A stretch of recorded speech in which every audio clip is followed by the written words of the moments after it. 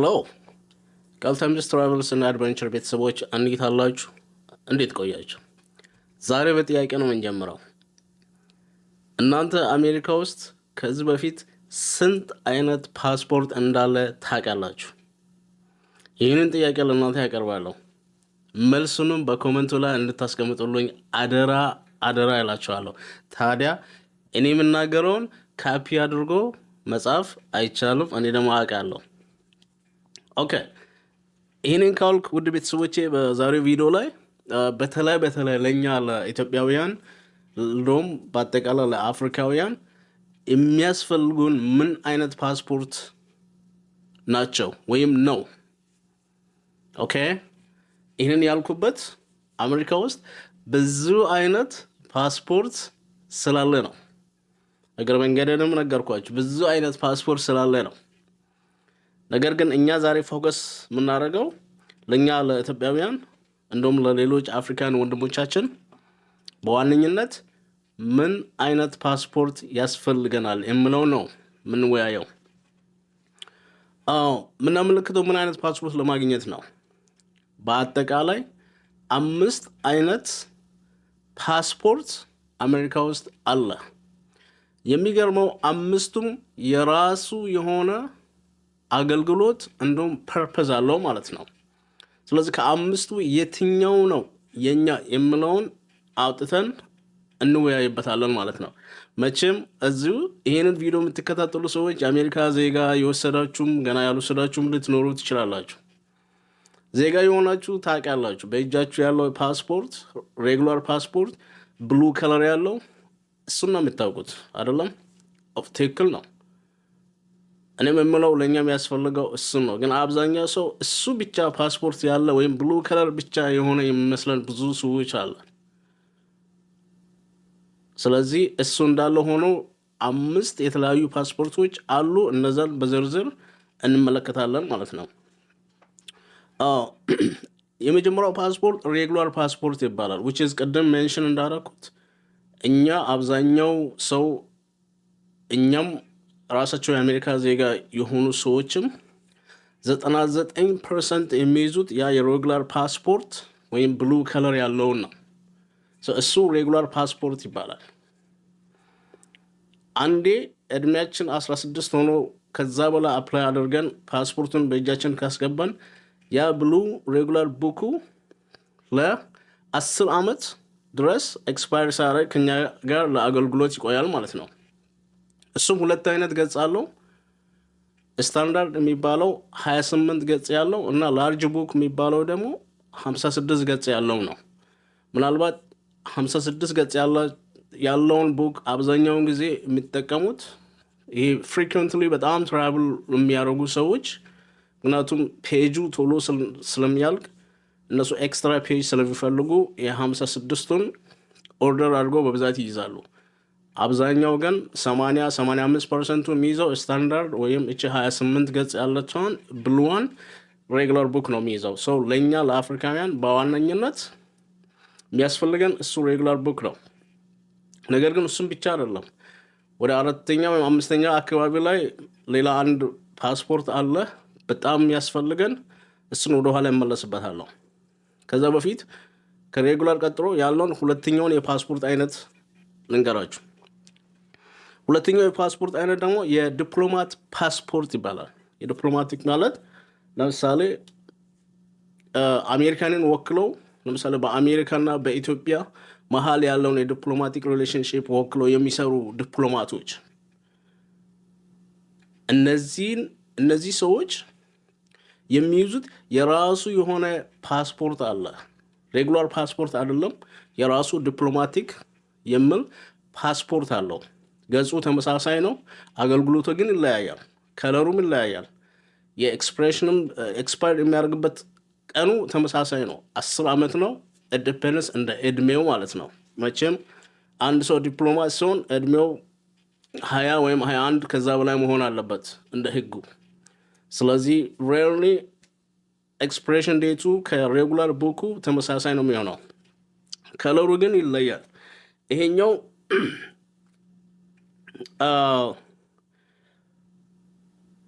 ከለሩ ግሬ አይነት ነገር ነው። ክፍያ የለውም። ምክንያቱም ዲፕሎማት ፓስፖርት ነው። እንደ ሬጉላር ፓስፖርት ከፍሎ አይደለም የሚወስዱት ወይም የሚሰጣቸው በነፃ ነው። ምክንያቱም ሰርቪስ ስለሚሰጡ ማለት ነው። ኖ ፊ ፓስፖርት ነው። ይህንን ዲፕሎማቲክ ፓስፖርት የሚይዙ ሰዎች ሌላ ሬጉላር ፓስፖርትንም እንዲይዙ ይመከራሉ። ለምን?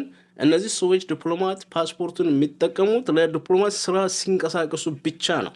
ልዩነቱ እዚህ ጋ ነው። አያችሁ፣ እያንዳንዱ ፓስፖርት የራሱ የሆነ ፐርፐዝ አለው ያልካችሁ ለዛ ነው። ዲፕሎማት የሆነ ሰው ሁለቱን ፓስፖርት ሳይድ መያዝ አለበት። አንደኛ ለዲፕሎማት ስራ በዓለም ላይ ሲንቀሳቀስ የዲፕሎማት ፓስፖርት ይዞ ነው የሚንቀሳቀሰው። ለስራ ነው የሚሄደው። የሆነ ሰርቴን የሆነ ሩሎች አሉት ማለት ነው። ነገር ግን ይሄ ሰው ከዲፕሎማት ስራ ውጪ ዓለም ላይ ወደፈለገበት መሄድ ቢፈልግ ወይም ቫኬሽን ቢኖረው ቫኬሽን መውጣት ሲፈልግ ይሄ ሰውዬ የሬጉላር ፓስፖርት ይዞ ነው የግድ መንቀሳቀስ ያለበት እንደ ማንኛውም ተጓዥ ማለት ነው። ምክንያቱም እዛ የሚሄድበት ፐርፐዙ እሱ የራሱ ቫኬሽን እንጂ የአገሩን ወክሎ ወይም የዲፕሎማሲ ስራ እየሰራ አይደለም። ስለዚህ ቫኬሽን ላይ ወጥቶ የዲፕሎማሲ ፓስፖርት የሚያሳይ ከሆነ ህጋዊ አይደለም፣ ህግ ጥሷል ማለት ነው። አሰራር አለው የሚቀጣበት። ስለዚህ እነዚህ ዲፕሎማቲክ ፓስፖርት የያዙ ሰዎች ሬጉላሩን ፓስፖርት ጎን ለጎን እንዲይዙ ይመከራሉ ማለት ነው። በተለይ በቪአይፒ እነዚህ ቢዝነስ ክላስ የሚንቀሳቀሱ ሰዎች ከዲፕሎማቲክ ፓስፖርት ጎራው ስም ይመደባሉ። ሌላው በሶስተኛ ደረጃ የምንመለከተው ይቅርታ አድርጎልኝ ቅድም ዲፕሎማቲክ ፓስፖርቱ ግሬ ብያቸው ነበረ። ግሬ አይደለም ውድ ቤተሰቦቼ፣ አርሙኝ። ብላክ ከለር ነው ያለው። የዲፕሎማቱ ብላክ ነው። ሬጉላሩ እንደኛ ወይም እንደናንተ አይነት ሰዎች የሚይዙት ብሉ ነው። ከዛ ዲፕሎማቲኩ ብላክ ከለር አለው። ቀጥሎ የምናየው ሰርቪስ ፓስፖርት የሚባለው ነው። ይሄ ሰርቪስ ፓስፖርቱ ነው ግሬ ከለር ያለው። ሰርቪስ ፓስፖርት ምንድን ነው? ለምሳሌ ሚሊተሪ አታቼዎች፣ ለምሳሌ እነዚህ የአሜሪካ ወታደሮች፣ እነዚህ ከሚሊተሪ ነገሮች ጋር ያሉት ለምሳሌ በድንገተኛ አደጋ ስነሳ የሆነ ቦታ ለኤመርጀንሲ የሚሄዱ ለምሳሌ የእሳት አደጋ እንደ አውሎ ንፋስ የሆነ እነዚህ በጣም ኤመርጀንሲ ግን በቶሎ ኤክስፔክት የማይደረጉ የሆነ ድንገት የምነሱ እነዚህ ሰዎች ለምሳሌ የሆነ አፍሪካ ሀገር ሰደድ እሳት ብነሳና በዛ የአገሩ ያንን ኮንትሮል ማድረግ ካቃተው ከሌላ አገር ወይም ከጎረቤት ወይም ለምሳሌ ከአሜሪካ እርዳታ ቢፈልግ ከአሜሪካ የሚሄዱ ያንን ሰደድ እሳቱን ለማጥፋት የሚሄዱ ሰዎች የሚይዙት ፓስፖርት አይነት ሰርቪስ ፓስፖርት ይባላል ማለት ነው። ሌላውም ሰርቪስ ፓስፖርት የሚይዙ ሰዎች ለምሳሌ ሚሽነሮች፣ ለምሳሌ ሜርሲ ኮርፖሮች፣ እነዚህ ዶክተሮች፣ በቸርች ለማቋቋም ወይም የሚሽን ስራ የሚሰሩ ሰዎች እነዚህም ሰርቪስ ፓስፖርት ይሰጣቸዋል ማለት ነው። ለምን? የሚሄዱት ሰርቭ ለማድረግ ስለሆነ ማለት ነው። ሰርቪስ ፓስፖርት የሚይዙ እነዚህ ናቸው ማለት ነው። ሌላ አራተኛ ኦፊሻል ፓስፖርት ይባላል። ኦፊሻል ፓስፖርት እኔም ትርጉሙ በጣም አልገባኝም ይመስለኛል። በጣም ሃይ ሌቭል ላይ ያለ የባለስልጣን ወይም የሆነ ግሩፕ ወይም ስታተስ ያሉት ሰዎች የሚይዙት ይመስለኛል። በስራ ቦታ ላይም ገጥሞ አያውቅም። ሌሎችን አይቻለሁ፣ የተወሰነ ደረጃ አውቃለሁ። ግን ይሄኛው የኦፊሻል ፓስፖርት የሚባለው which is በጣም ኢንተርናሽናሊ የሆነ ግሬድ ያለው ይመስለኛል። ያንን የሚይዙት ፕሮባብሊ ፕሬዚዳንቶች ወይም ፕራይም ሚኒስተሮች እንደሚመስለኝ ከሆነ እነሱ ኦፊሻሊ የሚይዙት የኦፊሻል ፓስፖርት ሳይሆን አይቀርም። በጣም እርግጠኛ ስላልሆንኩ ነው። ግን በአራተኛነት ደረጃ በፓስፖርት ውስጥ የተቀመጠ ስለሆነ ነው ያነሳኋችሁና ውድ ቤተሰቦቼ ከይቅርታ ጋር የማላውቀውን በጣም እርግጠኛ ያልሆንኩትን ኢንፎርሜሽን ሼር አላረጋችሁም። ለዛ ነው። ወደፊት በጣም አስፈላጊ ከሆነ ግን ሪሰርች አድርጌበት ተመልሼ እመጣለሁ። በመጨረሻ የምንመለከተው አምስተኛው የፓስፖርት አይነት ነው። ቀደም ትዝ ይላችሁ እንደሆን ለእኛ ለአፍሪካውያን ወይም በተለይ ደግሞ ለኢትዮጵያውያን የሚያስፈልገን ሁለት አይነት ፓስፖርት ነው ብያለሁ። ሬጉላር ፓስፖርት እና ይሄኛው አምስተኛው ፓስፖርት። ይሄኛው አምስተኛው ፓስፖርት ምንድን ነው? ፓስፖርት ካርድ ነው የሚባለው which is the same ነው፣ እንደ ሬጉላር ፓስፖርት ነው። ህጉ፣ አሰራሩ፣ ኤክስፕሬሽን ዴቱ ምናምን ሁሉ ደሴም ነው። ይሄኛው ግን እንደ አይዲ ወይም እንደ ድራይቨር ላይሰንስ አይነት ትንሽ የካርድ ናት። ኦፍኮርስ አብዛኞቻችሁ ይኖራቸዋል ብዬ ተስፋ አደርጋለሁ። ግን ብዙውን ጊዜ ሰዎች የሚሸወዱት ምንድን ነው? ይሄኛው ከሬጉላር ፓስፖርት የምንለየው ይሄ ሊሚት አለው። ለምሳሌ ፓስፖርት ካርድ የሚይዙ ሰዎች ኢንተርናሽናል ፍላይት ማድረግ አይችሉም። ምክንያቱም በጣም ሊሚት ነው። የተወሰኑ አገራትን ብቻ ነው በፓስፖርት ካርድ ሊሄዱ የሚችሉት። እሱም ፍላይት ሳይሆን ወይ ቦርደር ክሮስ አድርገው ነው፣ ወይ በክሩዝ ወይም በመርከብ ወይም በሆነ ላንድ ነው፣ በላንድ ነው መንቀሳቀስ የሚችሉት። ፍላይት ማድረግ አይችልም ፓስፖርት ካርድ የያዘ ሰው ማለት ነው።